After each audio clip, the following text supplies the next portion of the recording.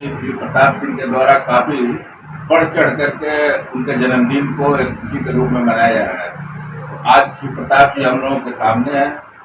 इस जन्मदिन को इतने बढ़ा चढ़ाकर मनाने के लिए आप क्यों तत्पर हैं? एक तो हमने अपने नेताजी से, विशाल सिंह चंचल जी से, सर्वप्रथम तो उनको जन्म दिवस की बहुत सारी मंगल शुभकामनाएं।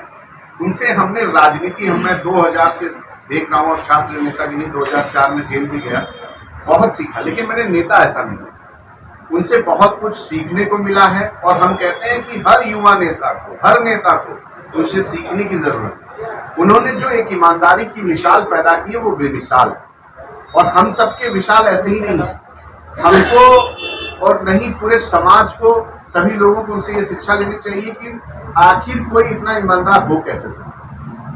और बहुत सी ऐसी चीजें हैं जो उनमें हम लोग कह सकते हैं कि सूर्य को दिए दिखाने के समान होगी, ऐसे तपते हुए सूरज के समान है हम सबके विशाल सिंह चंचल जी। और उनसे प्रेरणा क्या, जो भी उनको समझेगा उनसे सीख लेके बहुत ओतप्रोत होकर ऐसे ही जन्मदिन मनाए। इस तरह के विशाल हृदय वाले विशाल सिंह चंचल को मिल गया छवि के रूप में हम लोग भी देखते हैं, आप बता भी रहे हैं। लेकिन ऐसे नेता को उत्तर प्रदेश मंत्रिमंडल में अभी तक जगह नहीं मिली, दूसरी बार निर्वाचित है, ऐसा क्यों? अब इसके लिए भी हम लोग क्या कह सकते हैं,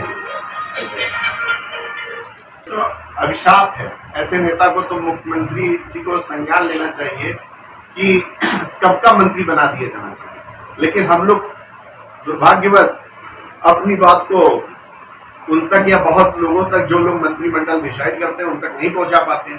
अन्यथा पूरा गाजीपुर ही नहीं, पूरा पूर्वांचल चाहता है कि विशाल सिंह चंचल जैसे ईमानदार नेता को अब तक मंत्री बना दिया जाए। नहीं, एक यह भी पॉइंट है कि गाजीपुर में इकलौते वो एकमात्र प्रतिनिधि है। पिछला सीट तो सपा और गठबंधन में था, ओम प्रकाश राजभर आए तो ये तो बन गए मंत्री, लेकिन भाजपा से तो अकेले है। भाजपा से अकेले होने के बाद भी जीते हुए समस्त विधायकों पे भारी हैं हम सबके विशाल सिंह चंचल जी, विकास के मामले में, ईमानदारी के मामले में। लेकिन फिर से मैं कह रहा हूँ कि इस मामले में ना हम लोग बता सकते हैं, ना हम लोग अपनी बात पहुंचा सकते हैं, यह तो आप ही लोग अच्छे से पहुंचा सकते हैं। और आप हमारे लोकतंत्र की तीसरी आंख हैं। आप सबकी बातों को लोग संज्ञान में लेंगे और आप लोग हम लोगों से बेहतर इस बात को पहुंचाएंगे कि गाजीपुर में विशाल सिंह चंचल जी को मंत्रिमंडल में लिया। तो आज इस जन्मदिन के अवसर पर हम लोग भी आशा रखते हैं कि आगे मंत्रिमंडल का विस्तार होने जा रहा है, तो अवसर मिलेगा क्या? बिल्कुल, हम लोगों ने आज जन्म दिवस के शुभ अवसर पर चंडी माई के आशीर्वाद से, समस्त देवी देवताओं के आशीर्वाद से ये प्रार्थना भी की है कि दीर्घायु होने के साथ साथ हम लोग के नेता अगली बार जब हम उनका जन्मदिन मनाएं तो मंत्री के रूप में बनाए, सदस्य विधान परिषद को वो नहीं। एक और सवाल अलग से हट करके, ओम प्रकाश राजभर एनडीए में है, भाजपा के साथ सरकार में भी है, भारी भरकम मंत्रालय है, और जहूराबाद में उनके द्वारा अभी तक कोई ऐसा काम नहीं दिखाई दिया जिसको गिनती में गिनाया जाए। जैसे यहाँ सुरेंद्र सिंह, सदा फातिमा का लोगों ने नाम लेता है, आखिर क्या कारण है? वो एक ठग्गू नेता है ओम प्रकाश राजभर जी, जो सिर्फ समाज को ठगते हैं, विधानसभा को ठगते चले आ रहे हैं। और वह एक कह सकते हैं कि मतलब जैसे वो तो हर समाज को गरियाने का काम करते हैं। कभी पिछले दिनों उन्होंने बनिया समाज को गाली दी, कभी किसी को गाली देते हैं, तो उनके बारे में तो बात करना भी बेकार है। एनडीए के गठबंधन तय थे, मैंने कुछ दिन पहले उनके बारे में लिखा भी था।